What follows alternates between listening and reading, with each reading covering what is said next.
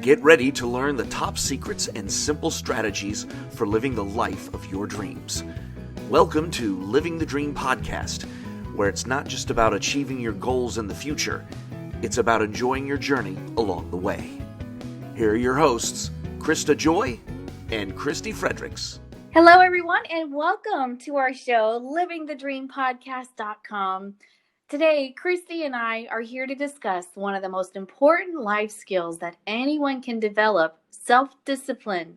Now, Christy and I feel like we are the poster children for people that need self-discipline. So let's just start right there at the top. But the research has been beneficial, and we think you're going to enjoy the content today. And we believe that if we put some of this stuff into practice in our own lives, we'll be self-discipline warriors. So here it comes.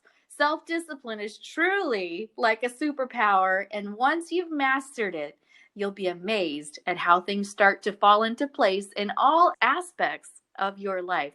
Or so we hear, right, Christy? Absolutely. And I've seen it like with my own eyes. I've witnessed actual real life people be self-disciplined. So this is the reason why I was so drawn to writing about this, because I need this so desperately. So everything that we're talking about here, it's really just a lesson for me. Hope you all enjoy it. Research shows that self-discipline is one of the most important traits needed to accomplish your goals, have successful relationships, lead a healthy lifestyle, and to ultimately live the life of your dreams. So today, Krista and I are going to share with you 13 ways we can all learn to develop more self-discipline in our lives. All right, here we go. I need this desperately, folks. Number 1, don't wait for it to feel right. It's normal when doing something different to have feelings of uncomfortableness, like something is not right, but that's okay. You are using a different part of your brain, your prefrontal cortex, because you're actually making the decision to do something new, rather than running on autopilot doing your old bad habit. So don't wait for it to feel right. Embrace those feelings of awkwardness, knowing that once something becomes routine for you, it will feel natural and comfortable. Okay, this one to me is important because I feel like I want that sensation of I'm ready, I'm motivated, it feels good, I'm so excited about my to-do list. And I think I keep waiting for that. I keep expecting, I watch these people who are so motivated and they're doing all this stuff, and I feel like they feel it in their soul, and maybe that's what I'm missing.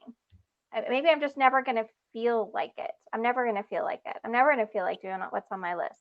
And that's okay. That's normal. Yeah, you know what? I think that's accurate because I'm thinking back to the last couple of weeks, I had to learn a new job. And even though I'm working from home, so that meant that I had to have self-discipline. My stomach was so nervous, like I was in pain. I was just so terrified. But I forced myself to do it. And it took 3 days for that feeling to finally start to go, oh, okay, I can do this. And I started to feel better, but I have to agree, it doesn't feel right. It feels terrible. So just keep doing it. If you know in your heart of heart it's the thing to do. I know God blessed me with this job, and I know I'm supposed to do it, so I forced myself. So yeah, I have to agree with that. It's a conscious decision, and now I'm really, really glad that I just powered through and did it, because I would have never known if I could really do this job or not if I hadn't tried. So number 1's a good one. Okay, so number 2, remove temptations. Think out of sight, out of mind. Think out of sight, out of mind. If you are trying to remove distractions, keep your cell phone in another room while you're working. If you are trying to eat better, don't keep junk food in the house. It's much easier to resist a temptation when it isn't easily accessible. Have you ever heard the trick, Christy? I heard that people that really have trouble like burning up the credit cards and using the credit cards too much, I heard somebody say, put it in a block of ice, like freeze it in a bowl of water. And then you have to get your credit card out and let it thaw on the counter for you to use it. So you really have, it takes some time, so you'll have some time to think about the mistake you're about to make. Have you ever heard that before? I have actually heard that before, but here's the problem. I use my credit card so much, I have the number memorized. Yeah. So if you're going to, like with the pandemic, I buy everything online. Now, if you're actually going to physically go someplace and buy something, that's a great tip. That's amazing. I probably just need to get myself a new credit card and don't have the don't memorize the number, because for me, like my number is plugged into everything that I would ever want to buy, really. And that's, Wow. that's a problem, right? So it's easy as one click and it's coming, how Amazon makes it so simple for us nowadays. I mean, I just even say something out loud and miraculously the ads appear on my phone. I just click on one of those ads, takes me right to Amazon, one click shopping, and then bing, it's dangerous. But Well, I do agree with this remove temptations. I am just so okay. So my self discipline, folks, I have to start really at ground zero. I am so not self disciplined that I read this and I hear what it says. I hear it tell me keep my cell phone someplace. But my self discipline is so lacking that I'm gonna keep the cell phone by me. I'm gonna still buy that junk food. I have to start really at ground zero. Like, how do I get the self discipline to not even bring the junk food in? Like, right. how do I do that? Yeah. Somebody call us and tell us how to do this. We did get some comments from listeners and friends, so we'll read those off at the end. People with experience in this whole thing, right? Exactly. I truly need all the help I can get. You should see this to-do list right now, and I have no self-discipline to get this done. But okay, so here we go. Number 3, take small actions. An easy way to develop self-discipline is to break large, overwhelming tasks and goals into smaller steps. So if you want to start an exercise program, begin with just 5 minutes a day. Want to drink your water? Focus on just one glass a day for a week and build from there. Trying to write a book? Give yourself a goal of a paragraph a day. You'll slowly develop more self discipline as you continue to see your small successes each and every day. Now this one I would agree with. I feel like, I mean, I might have to even dumb this down. I'm not sure if I started an exercise program and said I would start with 5 minutes a day, that may even be too much for me. I might have to be the person who says one push up. Like, all you got to do is one push up today. Like, I would have to probably build that slow. Like I said, I'm at rock bottom here, folks. Well, I think this one's all you, Christy. Take small action. Sounds an awful lot like smallest steps. So just a little working a little bits towards your goal. This has you all over it. I know you could do this if you wanted to. All right. So number 4, find motivation. Try focusing on your why. Why do you want to be more self-disciplined in the area of your health? Do you want to feel better? Do you want to look better? Be alive longer for the ones you love? Focus on your why when your self discipline wavers, and it will help you get through those tough moments when you want to quit. Yeah, I think this is big. We really have to be clear on why we're doing this because it's going to be hard. So you have to have something you can reach for, that feeling in your heart you can reach for when you accomplish this goal to help you strive through it when it's so hard and you don't want to have self-discipline. Yeah, and I mean, I agree with that. I think your why actually has to be strong enough too. It has to be really, really intentional, and it has to be really just, you have to feel it in your gut. Mm-hmm. Because, I'll be drawn to, you might want to look better and you might want to feel better, but I really would have to have a very strong why, right? Because I can have the instant gratification of my French fries. So, like, it has to be a bigger pull. Like, whatever your why is. Like, for me, the taste of the French fries is a bigger pull than the way I would look in a year if I didn't eat that French fry. So I feel like we'll have to sit and really think about why I want to do the things that I want to do. Mm-hmm. And it's going to have to be a really strong driving force. And maybe that's the issue. Maybe that's why my self discipline is so low in a lot of areas. I just don't have a strong enough reason why. So I really need to be intentional and think about it. Yeah. So the next one is number 5 is discomfort training. So as humans, we are hardwired to avoid things that are difficult or dangerous and to instead seek the comfortable and safe. And learn to stop running from the hard, uncomfortable things in life. Instead, train yourself to ride the wave of discomfort. Push yourself a little each day out of your comfort zone and remind yourself that you can do this. I like this one because I think it goes back to number one, the first one we talked about, where it, don't wait for it to feel right, because it is going to feel uncomfortable. But that's okay. To sit in that uncomfortable feeling, that awkwardness, and like push through it like you did with your new job. Just go ahead and push through it and remind yourself you can do it, because look at you. I mean, like, you did it. You said it took 3 days and it sucked royally, but you got there. Yeah. And this one reminds me of my training in sales from years ago. So before we had Facebook and everything else, I had to sit and make calls to people. And I remember someone challenging us to get 10 no's, because when you get 10 no's, you could, pick something, reward yourself with something when you get 10 no's. And then what happened was you're rooting for the no's and you're hoping they say no, instead of being terrified and so scared to make calls because you don't want to get no's. I think that's a lesson in discomfort training. So yeah, I was getting that at 18 years old. It's just amazing what I've learned from my direct sales company as I think back. I feel so blessed to be part of such an amazing company. But anyway, discomfort training, that's a big one. So next up, we'll talk about number 6, practicing mindfulness. Oh, we talk about this a lot, don't we, Christy? Yes, we do. Here it is again.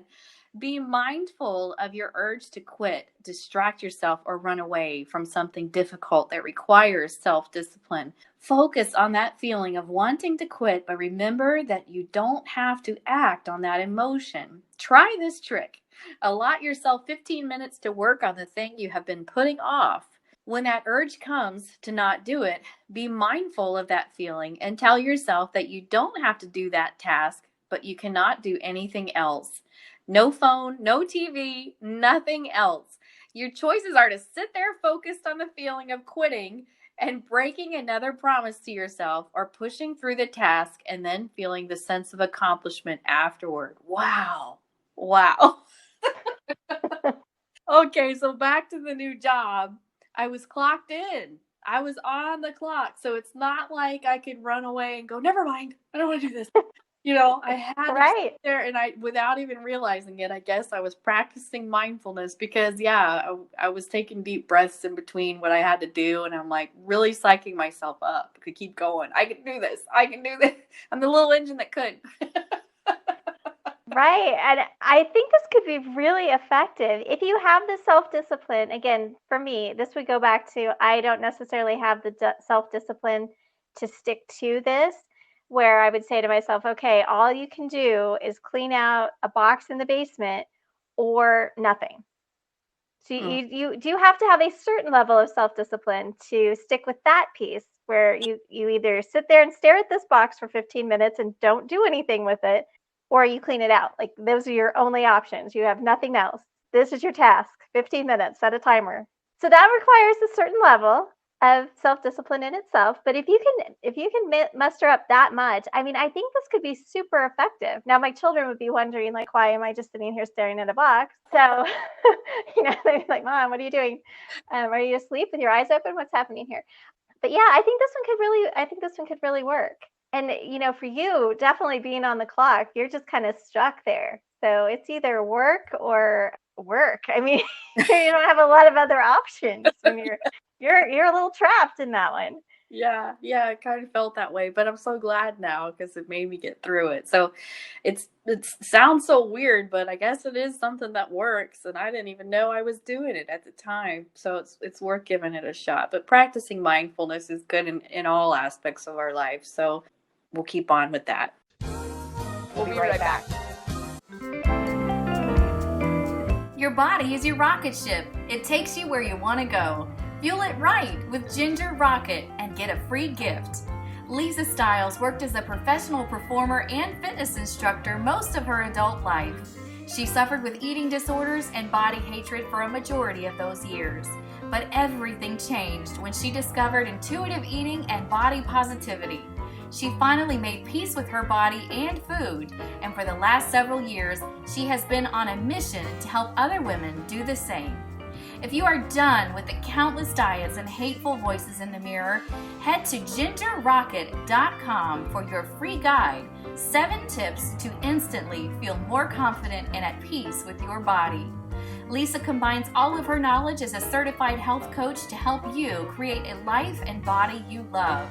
Head to Ginger Rocket, that's Ginger Rocket with an IT.com, and get your free gift today. Number 7, ask for support. You are not alone in wanting to develop self-discipline. So many of us want to do this too, but are afraid to share our limitations and weaknesses. Find the courage to ask for help, to be vulnerable. You'll be surprised how many people will surround you and join you on this journey. So Krista and I, we're here for you. Totally here for you. I think it is really hard to open up. I mean, we all want to say everything's fine, we're doing good, life is perfect. Look at my Facebook feed, it's all glossy, and Instagram, and everything's all, social media gorgeous. It is hard to be vulnerable and to open up and share. I suck at this and I'm struggling and I need help, and somebody help me be accountable, like hold me to this. And it's also kind of a commitment too. When you ask for the support and you put it out there and you say, okay, I'm going to diet, or I'm going to exercise, or I'm going to give up alcohol, or I'm going to do, these big, big, big things. I mean, these are big, these are hard, these are not easy tasks. And you put it out there, it's a commitment. And for a lot of us, myself included, commitments are, they're scary. That's another piece of being vulnerable. But there are so many people that, you'll be surprised how many people will come out and say, me too. I want to do the same thing. I can't do this by myself. Let's do this together. Yeah, and if I can add, if you're a believing person and you have prayer warriors in your life, I'm so blessed. I have a couple of friends that I consider true prayer warriors. And I'll go to those girls when I just know that I have to do something and I cannot do it by myself. And I need God to have his hand in what I'm doing. I need him to put people in my path or whatever it is. That's my go-to. I ask my prayer warrior friends for support. And I'll actually, if it's bad enough, without sharing a lot of details, I do on occasion. I've been known to go on Facebook and say, hey guys, will you please say a prayer for me today? Unspoken prayer requests. And it's amazing the difference. To me, it's almost instant. It's just a feeling that I get in my heart that I know that people are calling on the God of the universe to help me with my little thing, whatever, to him, it's nothing. So don't forget that part of it too, your friends, but also your faith. Don't forget to ask for support. It makes a huge difference for me. That's very powerful, very powerful. Thanks. Yeah, it makes a big difference. Number 8, spend time with people who are self-disciplined. Oh, this is a good one too. I had forgotten about this. Surround yourself with people that are self-disciplined. Find a mentor in person or virtual. Watch videos, listen to podcasts, read books by people that have achieved what you're trying to accomplish. If they can do it, you can do it. Get inspired by their success and use it to push and drive you as you develop more self-discipline. This is huge. They say you're going to become like the 5 people you spend the most time with in your life. So if you're lazy, look around. If you're complaining all the time, look around. Whether you're hanging out with, right? Right. And we talked about this, I think it was maybe a couple episodes ago. And I was telling you, for example, my friend Terry and I, we're still Facebook friends, but we haven't worked together for over 20 years. But I still, to this day, when I am being super, super lazy, I still think to myself, okay, what would Terry do? And for those who didn't listen to that particular podcast, Terry was a friend of mine that I used to work with, and she would get up at 4 a.m. every day. And so we would work together, and our working hours started at 8:30. So by the time she would get to work at 8:30, this girl had done more in her morning than I had done in a week. I mean, there was exercising and laundry and house cleaning and stuff on her husband's business. And she was like rocking life. This girl got she was living life while I was just, I don't know, pushing my snooze alarm a dozen times. So, she was so inspiring to me. And still, over 20 years later, she still inspires me. So if you can surround yourself with these fantastic people that are, and again, these can be virtual people. These could be people that you watch their videos or you listen to their shows or read their books. It doesn't necessarily have to be someone that you have direct access to. I mean, it can really make a difference in your life. Mm-hmm. For number 9, we have schedule breaks and rewards. So self-discipline doesn't have to mean self-deprivation. Schedule a specific break or reward in your weekly routine. Feel comfort knowing that you don't have to go cold turkey. So self-discipline doesn't have to be all or nothing. Starting an exercise program, give yourself Sundays off as a rest day. Dieting, allow yourself a dessert every Friday night. Cutting your spending, give yourself only $50 each weekend in cash to spend on whatever you want and leave the credit cards at home.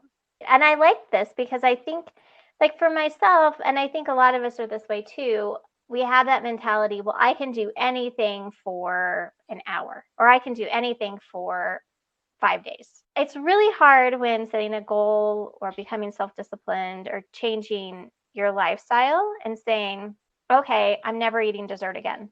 I'm just never going to eat it again. I'm never going to. Or I'm going to exercise for the rest of my life every single day. That's so overwhelming. That's huge. Yeah. I can't even get my mind around that.